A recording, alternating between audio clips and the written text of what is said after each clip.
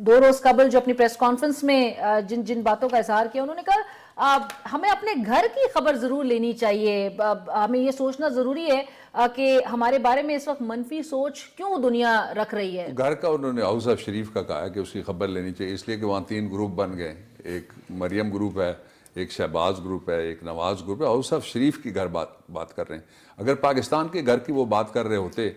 تو وہ کہہ رہے تھے کہ میں پاکستان کی بات کرنے کے لیے جدہ گیا ہوں، یہی کہا تھا نا، جدہ پاکستان کا مقدمہ لڑنے کے لیے۔ کیا مقدمہ انہوں نے لڑایا، آ کے بتایا؟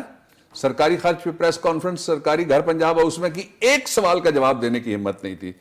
دوسرا یہ کہ ان کے بعد یہاں سے یہ کہا گیا کہ وہ امت مسلمہ کے مسائل حل کرنے کے لیے جدہ تشریف لے کے گئے، واپس آئے انہوں نے کچھ امت مسلمہ کا لفظ بھی لفظ امت مسلمہ اپنی پریس کانفرنس میں انہوں نے استعمال کیا۔ 2،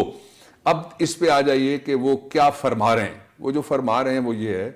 کہ جو ٹرمپ کہہ رہا ہے، جس طرح آپ نے وکی لیکس آج عمران خان نے پریس کانفرنس پہ کی ہے، آپ دیکھ لیجئے گا سوشل میڈیا پہ اردو ترجمے کے ساتھ ایک اس کا پورشن میں بتا دیتا ہوں، وہ ضرور دیکھیے گا، جس میں شہباز شریف یہ فرما رہے ہیں کہ یہ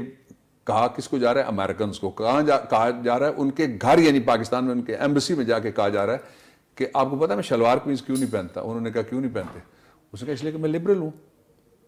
میں بالکل آپ کے دل کے قریب ہوں اور آپ کا دل میرے دل کے قریب ہے، اور وہاں دلان دے سودے بیٹھ کے ہو رہے ہیں کہ جی ہم تو پاکستان میں آپ جو نظام وہاں چاہتے ہیں ہم آپ کے سب سے زیادہ قریب ہیں، اس لیے میں وہ چارلی چپلن والا ہیٹ پہنتا ہوں، اس لیے میں یہ سوٹس پہنتا ہوں۔ اب یہ جا کے پاکستان کا مقدمہ لڑیں گے۔ پاکستان کی اگر انہوں نے بات کرنی ہوتی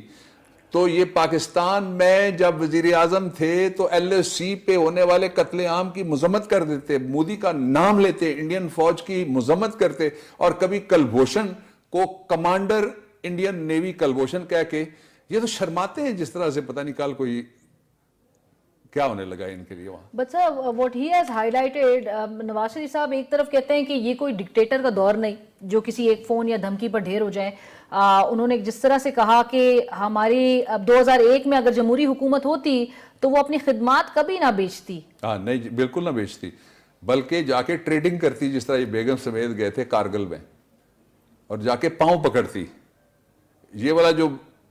ایک ٹیلی فون پہ گرا تھا نا، ان کو تو ٹیلی فون کی بھی ضرورت کوئی نہیں تھی، انہوں نے سفارشیں کرا گئے، لوگوں نے اپنی کتابوں میں امریکنز نے لکھ دیا کس کی سفارش سے یہ وہاں پہنچے تھے۔